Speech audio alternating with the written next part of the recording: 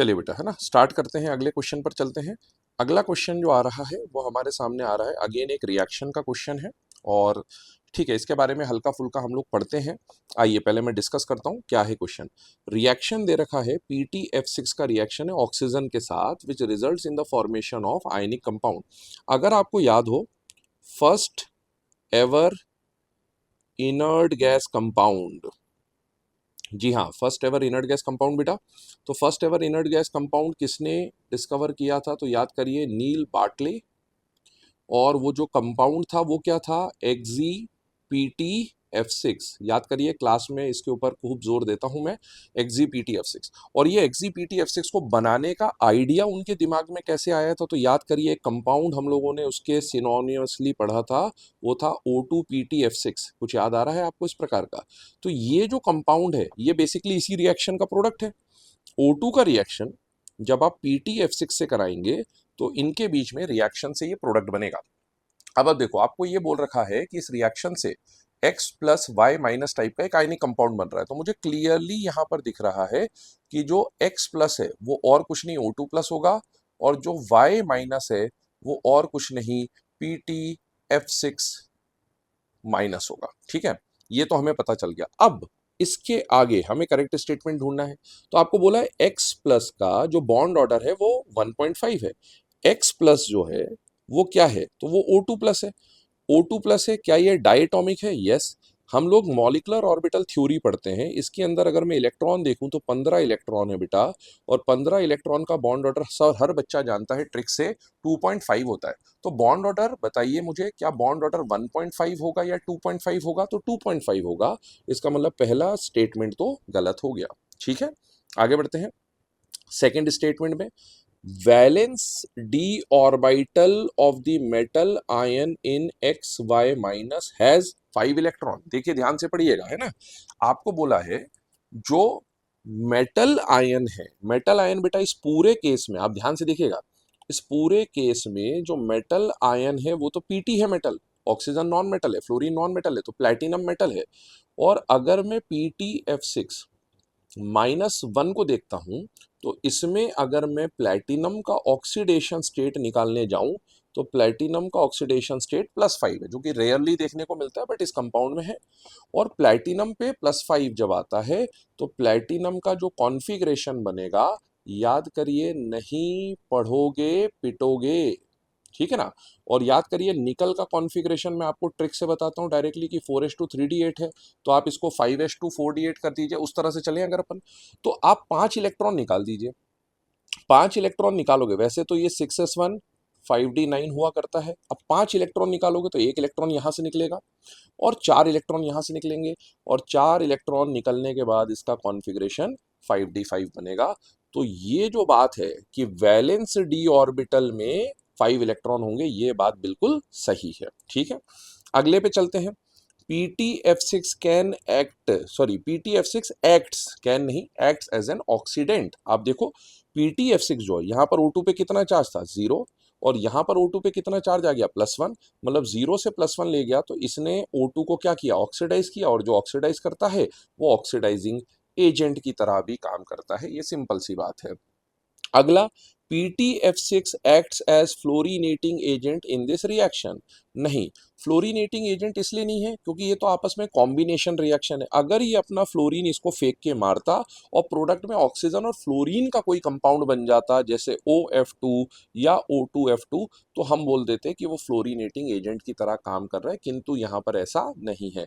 तो correct answer is B and C। ठीक है बेटे, अगले क्वेश्चन पे चलते हैं।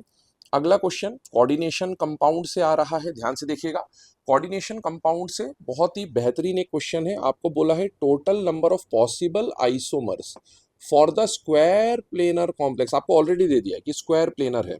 स्क्वायर प्लेनर है तो मेटल आ गया, मेटल ने अपने आसपास बॉन्ड बनाने की स्क्वायर प्लेनर फॉर्म में 4 पोजीशंस तैयार कर ली हैं बेटे, है ना।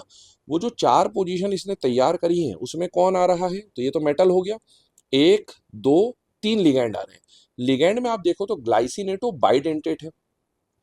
जो ग्लाइसिनेटो होता है GLY, वो एसिमेट्रिक बाइडेंटेट लिगैंड होता है, सभी लोग जानते हैं ना, एसिमेट्रिक बाइडेंटेट लिगैंड होता है।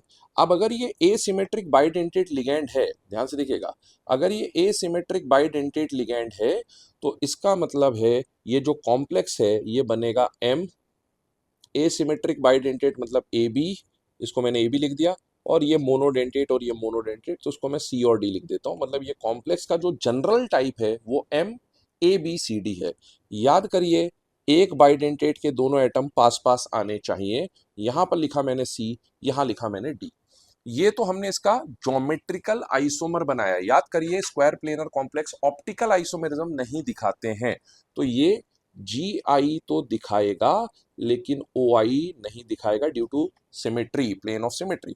पर इसका एक और ज्योमेट्रिकल आइसोमर में बना सकता हूं, और वो ज्योमेट्रिकल आइसोमर क्या बनेगा, ए बी तो एज इट इज रखा, ए बी को फिक्स रखा और सी डी को फ्लिप किया। याद करिए, ए बी को फिक्स रखा और सी डी को मैंने फ्लिप किया, तो बेटा कंडीशन हो गई, यहां आ गया डी, यहां आ गया सी। अब आप एक चीज देखिए, नोटिस करिएगा, एंगल जो है वो चेंज हो रहा है ना। यहां पर ए के रिस्पेक्ट में सी, ए के रिस्पेक्ट में सी 90 पर है, और यहां पर ए के रिस्पेक्ट में सी 180 पर है, मतलब एंगल चेंज हुआ है। तो ये दोनों अपनी जगह पर ज्योमेट्रिकल आइसोमर्स हैं।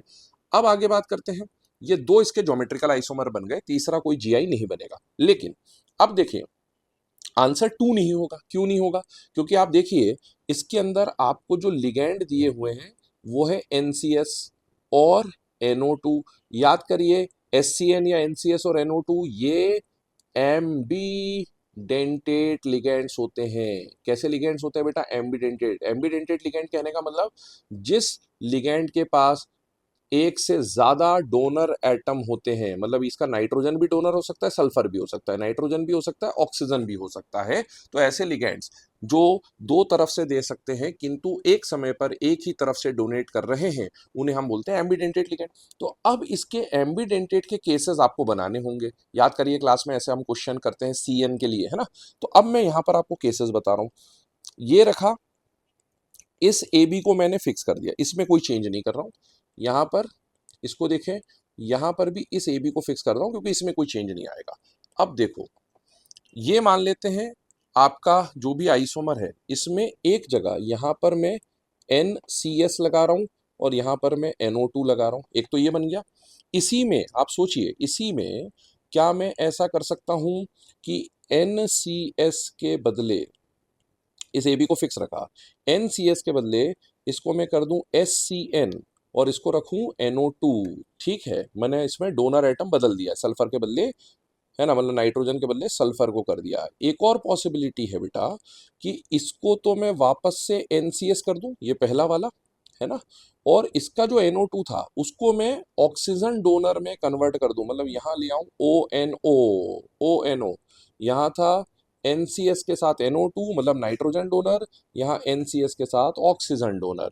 ऐसा ही एक और केस मैं बना सकता हूं।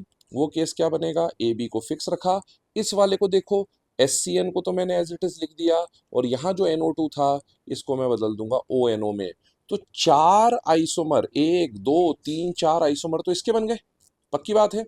और ये जो C और D बदले थे, यहाँ D और C, ऐसे ही चार केसेस इसके भी बन जाएंगे।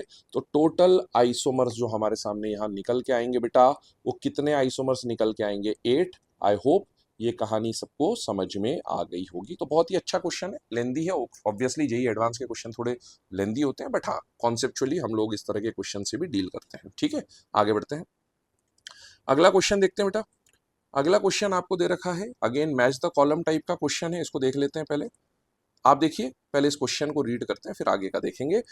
आपको बोला है कंसिडर द फॉलोइंग स्पीशीज, ठीक है, कुछ स्पीशीज आपको दे रखे हैं और बोला है list 1 contains molecular shapes.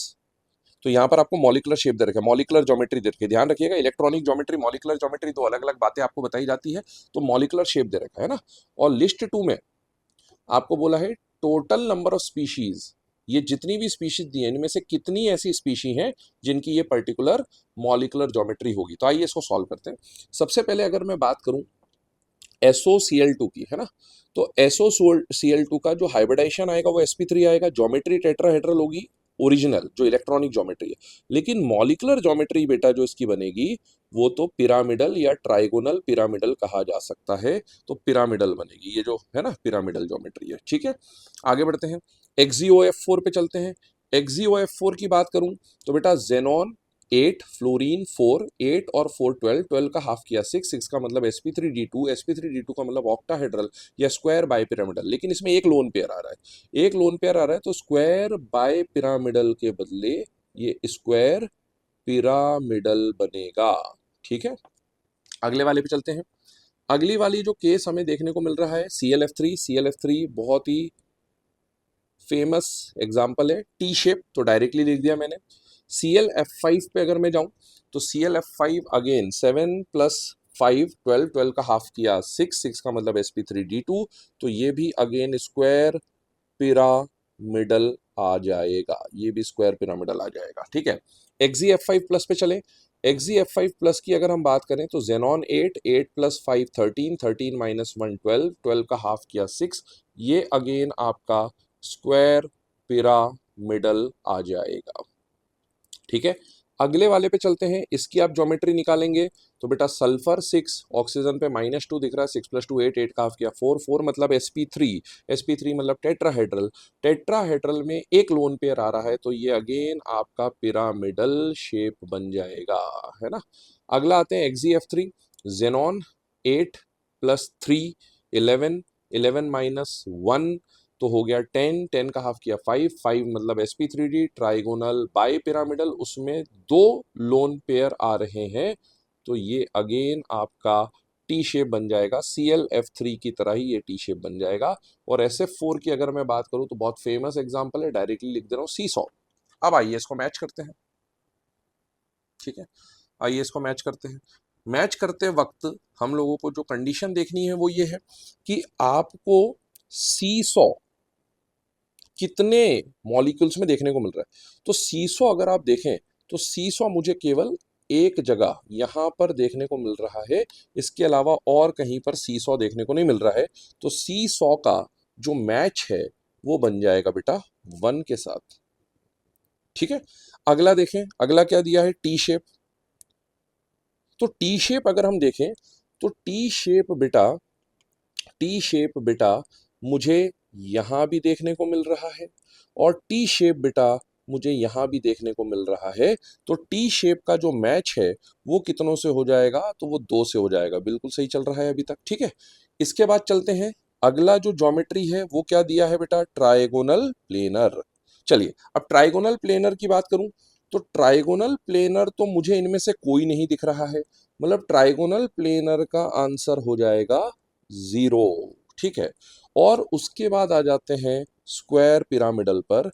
Square pyramidal की अगर मैं बात करूं तो स्क्वायर पिरामिडल में मुझे एक तो ये स्क्वायर पिरामिडल दिख रहा है, दूसरा ये स्क्वायर पिरामिडल दिख रहा है, तीसरा ये स्क्वायर पिरामिडल दिख रहा है। ये पिरामिडल है, ये स्क्वायर पिरामिडल नहीं है, तो स्क्वायर पिरामिडल का हमारा मैच हो जाएगा 3 से। आइए अब ऐसा ऑप्शन ढूंढें जहां पर ऐसी कहानी दिख रही है, P के साथ 1, ठीक है ना, P के साथ 1 ये दिख रहा है, आंसर मैंने नीचे ऑलरेडी ये लिखा हुआ है, Q के साथ 2, R के साथ 5 और S के साथ 3, तो हमारा करेक्ट आंसर हो जाएगा A। ठीक है, ये हमारे पेपर 1 के जो सॉल्यूशन है वो मैंने आपको अभी बना दिए हैं। अब पेपर 2 के जो सॉल्यूशन है उसके लिए मैं नेक्स्ट वीडियो लेके आऊंगा। धन्यवाद।